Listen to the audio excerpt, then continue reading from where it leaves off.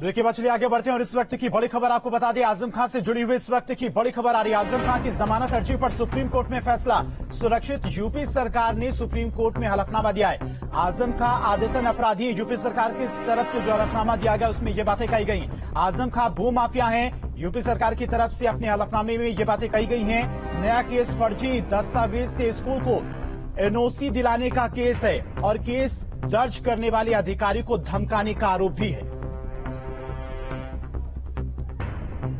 और इसी खबर पर तमाम जानकारी के साथ में हमारे संवाददाता अवनीश हमारे साथ जुड़ गया। अवनीश, यूपी सरकार की तरफ से आजम खान की जमानत याचिका को लेकर हलफनामा दाखिल किया गया है। क्या क्या बातें यूपी सरकार की तरफ से कही गई इस हलफनामे में? देखिए, यूपी सरकार ने आज एक बहुत बड़ी बात कही कि आजम खान आदतन अपराधी हैं। उन पर जमीन हड़पने का आरोप लगाया और एक बड़ी बात ये भी कही गई कि जो आजम खान पर 29 मुकदमे हैं, 19 मुकदमे हैं वो बीजेपी सरकार से पहले के हैं। जैसा कि आरोप लगाया जा रहा था कि सरकार जानबूझकर उनके खिलाफ मुकदमे दर्ज कर रही है, तो राज्य सरकार ने ये दलील ली कि आजम खान पर 19 मुकदमे बीजेपी सरकार से पहले के हैं। 61 मुकदमे निजी शिकायत पर है और जो कमेंट किया गया राज्य सरकार की तरफ से कि वो आदतन अपराधी हैं, जमीन हड़पने की आदी हैं। ऐसे में उनकी तरफ से आजम खान के जो वकील हैं उन्होंने कहा कि जब 23 अप्रैल को आजम खान के मामले में सुप्रीम कोर्ट में बहस हो रही थी तो 24 अप्रैल को राज्य सरकार ने एक पुरानी शिकायत पर कार्रवाई शुरू करवा दी। 2 साल पुराने मामले में एफआईआर दर्ज कर दी। इस तरह का डिफेंस जो है वो आजम खान की तरफ से लिया गया। अब सुप्रीम कोर्ट ने जब दोनों पक्षों को सुन लिया तो इस मामले में फैसला सुरक्षित रखा है। अब ये देखना होगा कि उनको जमानत मिलती है नहीं मिलती है। अब हम ये भी देख रहे हैं कि इसमें आजम खान के खिलाफ जो है 89 मुकदमे दर्ज हुए, जिसको लेकर पिछली सुनवाई पर सुप्रीम कोर्ट ने सरकार को लेकर कमेंट किया था कि ये क्या हो रहा है, जब भी उनको जमानत मिलती है तो एक और मुकदमा दर्ज हो जाता है। जैसे ही सरकार को लगता है कि आजम खान जेल से बाहर आ जाएंगे वैसे ही नया मुकदमा। इस पर सरकार ने आज पिछली सुनवाई पर भी बोला था कि वो इस तरह की जो आशंका है, जो टिप्पणी है वो फिजूल है, क्योंकि राज्य सरकार की ऐसी कोई मंशा नहीं है। आज कोर्ट के अंदर यही वाली बात बताई गई कि जैसा कि आरोप लग रहा है कि ये राजनीतिक कारणों से मुकदमे दर्ज हो रहे हैं, तो ऐसा नहीं है। आजम खान पर 19 मुकदमे अगर बीजेपी सरकार से पहले के हैं तो ये अंदाजा लगाया जा सकता है कि वो आदतन अपराधी हैं। उन पर यह भी आरोप लगाया गया कि उन्होंने अधिकारियों को धमकाया, केस के जांच अधिकारी को धमकाया। इस तरह की जो चीजें लगातार आई, इस वजह से आजम खान के खिलाफ मुकदमों की फहरिस्त बढ़ती गई। ये वो सब दलीलें हैं जो आज सुप्रीम कोर्ट के समक्ष रखी गई। यूपी सरकार से की तरफ से कई बड़ी बातें भी की गई। जिस तरह से सुप्रीम कोर्ट ने इस पूरे मामले को लेकर दखल दिया था, हाईकोर्ट को फटकार भी लगाई गई थी कि फैसला आपने सुरक्षित रख लिया है, उस पर फैसला क्यों नहीं सुना रहे हैं, फैसला सुनाने में देरी क्यों हो रही है, इसको लेकर फटकार भी लगाई थी और खुद दखल दिया था सुप्रीम कोर्ट ने। सरकार से जवाब मांगा गया था, सरकार की तरफ से हलफनामा दाखिल किया गया, लेकिन यूपी सरकार की तरफ से बहुत बड़ी बातें की गई कि आजम खान आदतन अपराधी हैं, आजम खान भू माफिया हैं। जी बिल्कुल, उत्तर प्रदेश सरकार की तरफ से एएसजी राजू ने ये साफ तौर पर कहा कि आजम खान आदतन अपराधी हैं। आजम खान ने केस के आयु को धमकाया। उनका जब बयान दर्ज किया गया तो उसमें ये है कि उसने आयु को भी धमकी दी, उनकी तरफ से आयु को धमकी दी गई। वो धमकी बाकायदा कोर्ट रूम के अंदर पढ़ी गई, जिसके अंदर बताया गया कि आजम खान ने कहा था कि मैं अभी मरने वाला नहीं हूँ, मेरी सरकार आएगी तो मैं एक से बदला लूंगा और तुम्हें भी इस जेल में आना होगा। मेरी सरकार आने दो, देखो क्या हाल करता हूँ। जिस एसडीएम ने मेरे खिलाफ मुकदमा दर्ज किया उसको छोड़ूंगा नहीं।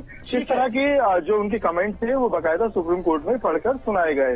हालांकि सुप्रीम कोर्ट ने ये भी कहा कि नेता इस तरह की बातें फैसला फिलहाल सुरक्षित रख लिया है। तमाम जानकारी के लिए आपका अवनीश बहुत बहुत शुक्रिया। और चलिए इसी बीच एक और बड़ी खबर आपको बता दें, ज्ञानव्यापी से जुड़ी हुई इस वक्त की बड़ी खबर आपको बता दें। सील वाली जगह के नलों को शिफ्ट करने की याचिका शासन के वकील की ओर से दी गई है और याचिका पर 3 बिंदुओं पर कोर्ट से ध्यान देने की अपील भी की गई है।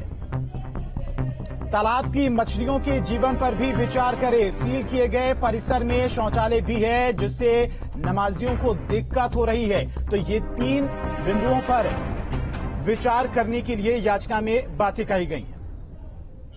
राज्य सरकार का पक्ष रख रहे हैं डीजीसी सिविल महेंद्र प्रसाद पांडे जी ने 2 पन्ने का एक पिटीशन लगाया है।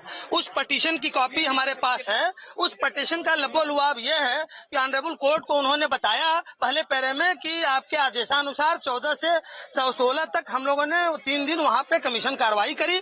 17 तारीख जो कल के आदेश से वहां पे 78 का जो एप्लीकेशन थी वादी मुकदमा की, उसके चलते वहां पे आपने पूरा जो जहां पे शिवलिंग मिला है उसको सील करने का आदेश दिया। तो सरकार ने आपके आदेश पे त्वरित कार्रवाई करते हुए थोड़ा स्पीकिंग बोला है, कहां कहां सील किया है। 9 जालीदार दरवाजों का ताला बंद कर कोषागार में चाबी जमा कर दी गई है।